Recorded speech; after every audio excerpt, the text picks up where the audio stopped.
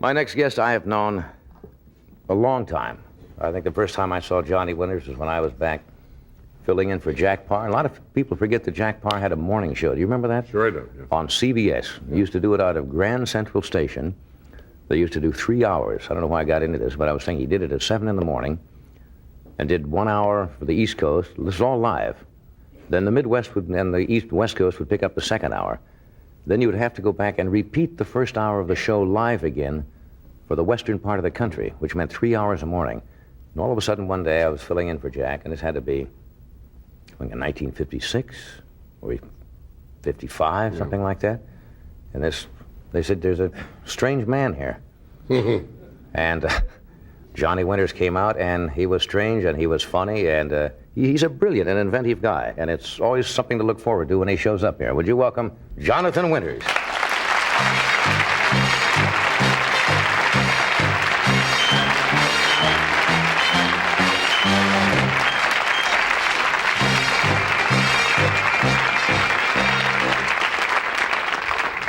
So you know, almost a standing ovation there. They were in a like this. It was kind of a.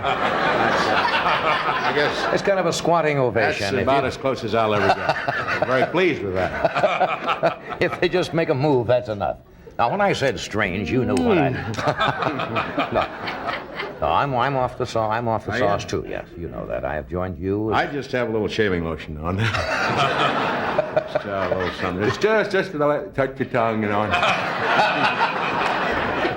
just for old days, oh, huh? Yeah, sure. Just take a little snap of it. Now, when I introduce you as strange, you know what I meant. Oh, I know. You know, sure, I know. The audience sometimes thinks that I mean mad or insane, yes, and I don't mean that. No, I understand. I think that there are a lot of strange people, you know. I was a strange child. Were you really? Yeah. I used to get up on the top of the barn with the pigeons. And, you know, just... And to see a man, you know, in full overalls go, hey, what's he doing up there? Then when I tried to jump down, why, you know, they'd stick you with a fork. So that kind of set your life, yes. You never really lived on a farm, did you? Did you live on a farm? Yes, oh, you yes, did? I lived on a farm first 7 years of my life. Well, I didn't know that. I used to go along the creek banks, as we call them. The creek. Not the creek. Later on in school, you were told, you know, to say creek. But I still say creek. And what the hell with them? You're out of school? I'm out of school. I paid their little bills. And, but I shucked corn and cut wheat. Made a great salary. I think 3 months, $25 was tops to get my bicycle. And I always tell my boy that, and he does this. Yeah.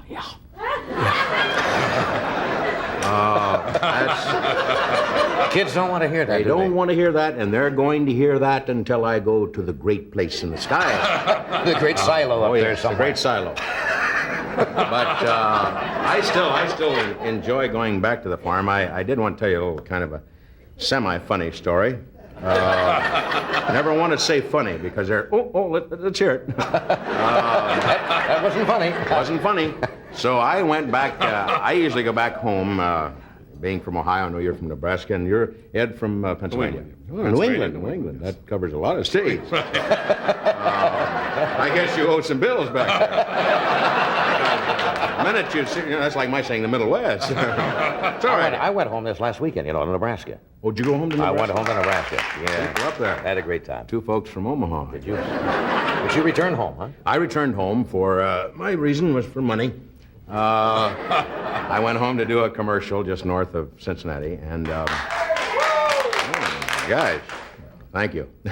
Nebraska and Ohio are tied.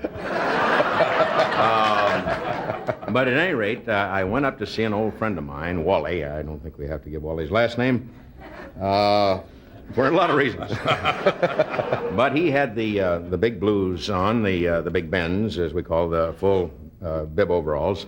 And I went in to see him. He was getting ready for, it was fishing time now back home. You know, it's been a couple of months now, I guess they've been fishing. They've had some tornadoes which took the majority of the fish away.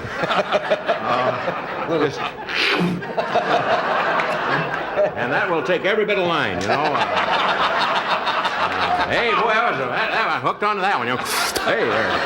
And then when you see the rod end reel, and eventually the guy goes, you know, why, it's bad fishing is off for that, of course, for those couple of days. But at any rate, I went to see Wally, and he had the big cement tank there with the dead minnows in it. And those are minnows, I should say. And, of course, there's some night crawlers and some garden worms, and that's pretty much it, plus some cheap fishing equipment. And so I walked over to Wally, and I said, Wally, how you doing? And he said, hey, real good to see you, John. What you been doing? And so right away I have to fill in, you know, some 20 years, and I said, he said, are you out there on Elmwood? And I said, oh, no, I'm not on Elmwood Avenue. I've been out there. Looked at him kind of, you know, strange. He was looking at me. And I said, I left there when I went to war. Is that right? Are you out there on St. Paris Pike? Your mom was out there. Yeah, my mom's dead now, and so is my stepfather. Hell, he is. So now he said, well, where are you? And I said, I'm out in California. I was 11 years in New York, and I live out in California now. I was out there in Long Beach in the Navy during WW2. And I said, well, there were a lot of people in the Navy, I guess, up and down the coast. And he said, I was beat up there one night in Long Beach by some guy. I don't know what he was, beat me up, but I managed to get back aboard ship with a real good tattoo. And so that was his experience in this western area. And then he said, well, what are you doing? And I said, well, I'm in television, Wally. He said, you know, Ruth Ann's got a Zenith. I wonder if you'd take a look at it.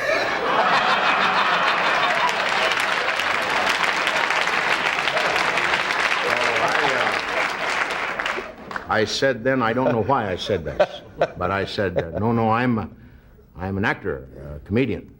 And there was a long take. That's right. I remember you did that stuff in high school. Yeah, are you still doing that stuff? I said, still doing that stuff. And he went back to the dead minnows. Wally's not up on current events too much. No. He has some friends that in the area that he sees, and he told me about them. Let me cut away for a second. Just for a second. Certainly. There's only one place you find the Wishbone name: on fine salad dressings. Watch. We're back. Thank you, Doc. And we're talking to Johnny Winters, and we have Ellen Corby from the Waltons, Ed Bluestone, and Bud Greenspan. We thought we might have some fun, because John gets a kick out of doing this, and he did it all the time on his own show, and you're great at it, just improvising something. And we thought, since this is a political year, we just might set up a few little premises here and play a few different types of people. What do you want to start off? Maybe an old ex-president? Maybe the one living ex-president, or something like that? Any particular name at all that... Millard Settlinger. Millard Settlinger. Ladies and gentlemen, it's our great pleasure to talk with the only living American ex-president, Millard Settlinger. Mr. President, and I understand that you are always Mr. President, even though, of course, you are now out of office. Yeah, that's standard. You know, it's like a man who's a colonel or a general, you know, he's always a general. Uh-huh. Does Mrs. Settlinger refer to you as the president, or does she call you Millard? She's in the basement a lot. And she's scotch taped down there to an old wicker chair. I see. I just, you know, after I got out of office, she was good to me in office and with me and helped me campaign, you know, and everything. She would always say the right hand, you know, and all that noise. The woman behind the man. Well, now she just sits in a chair and does this with potatoes or apples, you know. Mm-hmm. Do you still keep active? I phased her out. Phased her out. Do you still keep active, Mr. President, on what is happening? Yes. I read everything I can get my hands on. I go through a drugstore real quick and pick them up, you know, and read them, and then end up with some milk, you know, cookies, rather than pay for the magazines. Mr. President, now this question I hope, Mr. President, you realize that I'm asking this question with all due respect of your office, but it's well known to the voters of this country that you were a poor farm boy. Oh, when you gosh, we didn't have anything. you became president. You come from a poverty-stricken family, and yet today you live in a $6 million home. And well, do you care to comment at all on that? How on a president's salary? I really don't care to comment on that. I'm toward the end of my string, and I don't want it snapped. I did come into some money. Oh, I see. Through the people. I see. And I wrote to them, all the people in my state, and I said, give me some money. And I don't want to go back to where I was in a little terrible house that we had was, like this. And, why, thank you for it. It's been nice talking with you. Well, nice to talk to you. How would you like to be remembered, Mr. Suttlinger? Your greatest accomplishment as president that the people will remember you for? Well, let me say this. And there's, I know you're getting signs all the time in life. Give me the bottom line. Let's get to it. Right. For a man 86, I think it's a miracle my delivery is still darn good. All I want is a simple tombstone. Not really a tombstone, strike that. No tombstone. I want a parking meter with just expired on it. Thank you, Mr. President.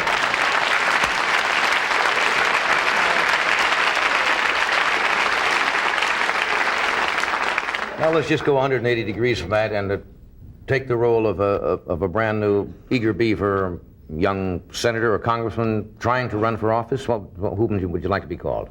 Brainerd Stayfuss. Ladies and gentlemen, I'm here with Brainerd Stayfuss. Brainerd Stayfuss. Brainerd Stayfuss from this district, who is running for United States Senator. No, I'm running for president. Running for president, I see. Well, I have been a senator. I'm tired of that. I see. You want to move up. Yeah.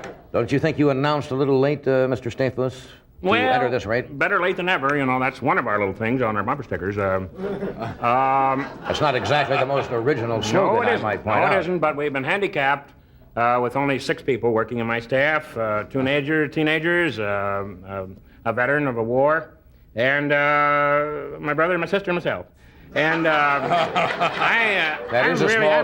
really excited because I got some fantastic ideas. I really do. How does your program differ from any of the other candidates? What are you going to give the people? Well, I'm going to give them more woods. More woods. More hillsides. You're an environmentalist. You better believe it. I live out in the woods a great deal of time. I'm an outdoor guy. You can look at this. Who would live indoors with this stuff? I love nature. I love nature. I love nature. I'd put a stop to the gun law. I think we ought to have guns, but they should be made of licorice. So if you say freeze, the guy just bites the gun off. Well, that's certainly a new approach, but you'll probably hear from the National Rifle Association about that. You're going to hear from somebody all the time. Right. My phones are open. So we have 2. Back to nature. Back to nature. Back to nature is number woods. 1. Taxes are going to be with us for a long, long time. Right. I'd like to eliminate 95% of them. And of course that's then we don't have no army, no navy, nothing. Then you don't have so many things. What about the rich? Would you tax the rich more? You think? I don't think there are many rich left. No. I think you can get about 55 of them and put them in a good-sized semi and just take them for a hard ride. And I think they'll come around. Well, Brainerd, is it Brainerd? Brainerd Stayfuss. Is that a family name? I'm gonna definitely. Oh yeah, this was a tough thing with my growing up. I was one of those kids, believe it or not, was very thin as a child and was beaten up through and into high school. And then my body took its place in life. And I turned on guys and dropped them, boy. That's another thing I'm going to put through, is to be able to drop a guy and get away with it. Well, thank you, and I wish you luck on your race, Senator. Interesting crowd. Now, let's try.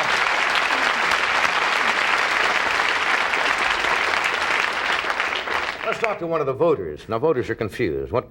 I'll just talk to a typical befuddled voter here, because your name, sir, is? Alan Goinlinger.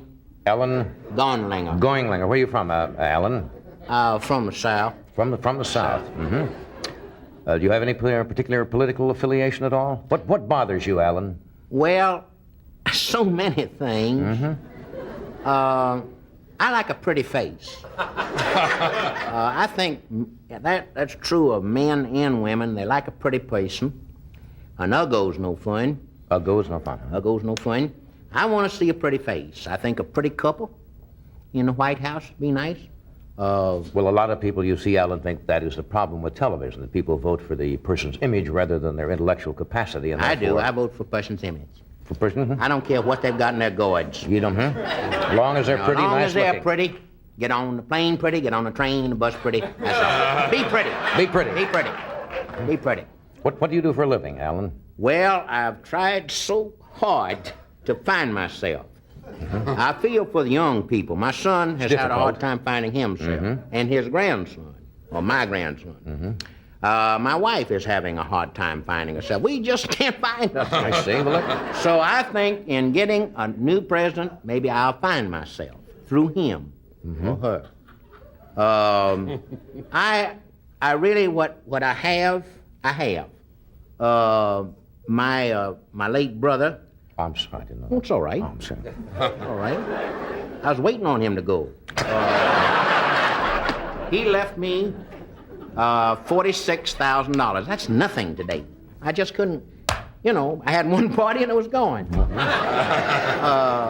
But he would have wanted me to do that, I think. But I'm very happy.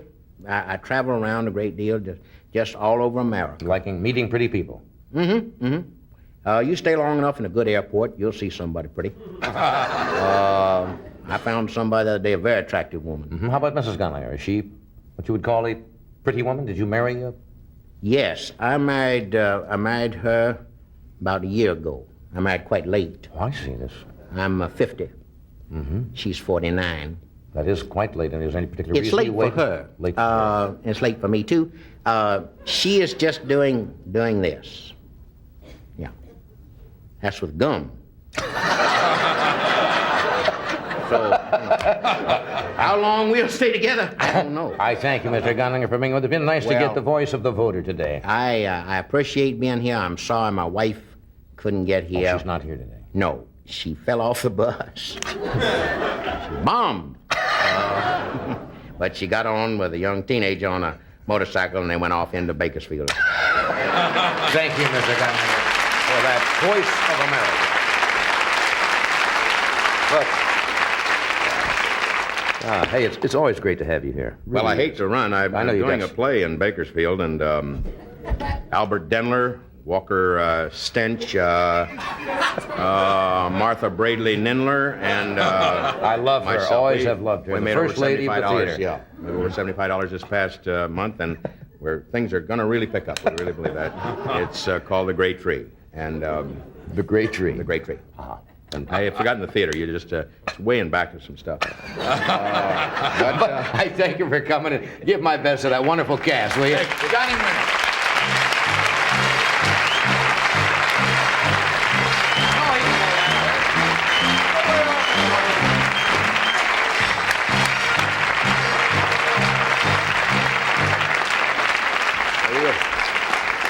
A crazy mind on him, hasn't he? Funny man. We'll be right back after this, so stay where you are.